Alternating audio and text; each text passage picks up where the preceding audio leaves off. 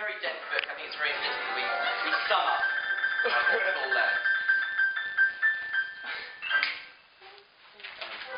Stietencron begins, and with Europe as a link, asserts that Hinduism's more inclusive than you'd think.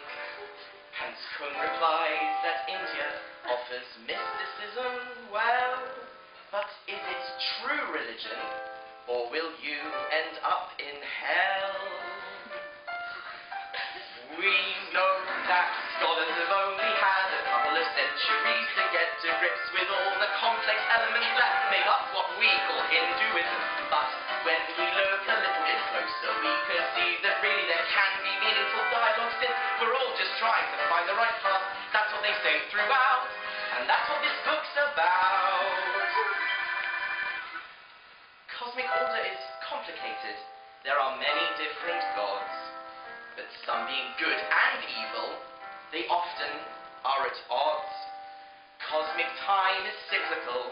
We are in the final age, but this will soon degenerate and will end through Shiva's rage. We know that it's hard to understand God's nature and decide if he is personal, but for both Hindus and Christians we can look at myths and metaphors and symbols. But for Hindus the world is a game, we see how Vishnu plays. But for Christians faith is rooted in the certainty that God is a lover of humanity. Of this we have no doubt, and that's what this book is about. Chapter 3. Some are born in riches and some in poverty. Karma provides the answer to this inequality, and which way to take when seeking both divine and true salvation.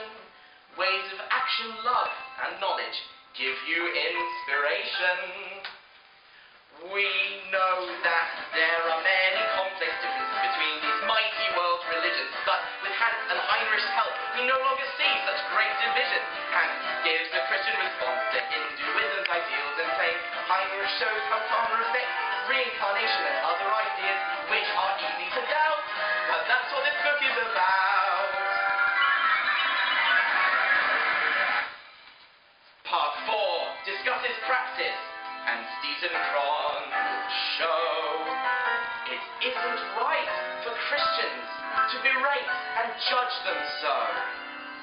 Stietencron agrees mythology should have its rightful place. Emotion and the psyche are what binds the human race.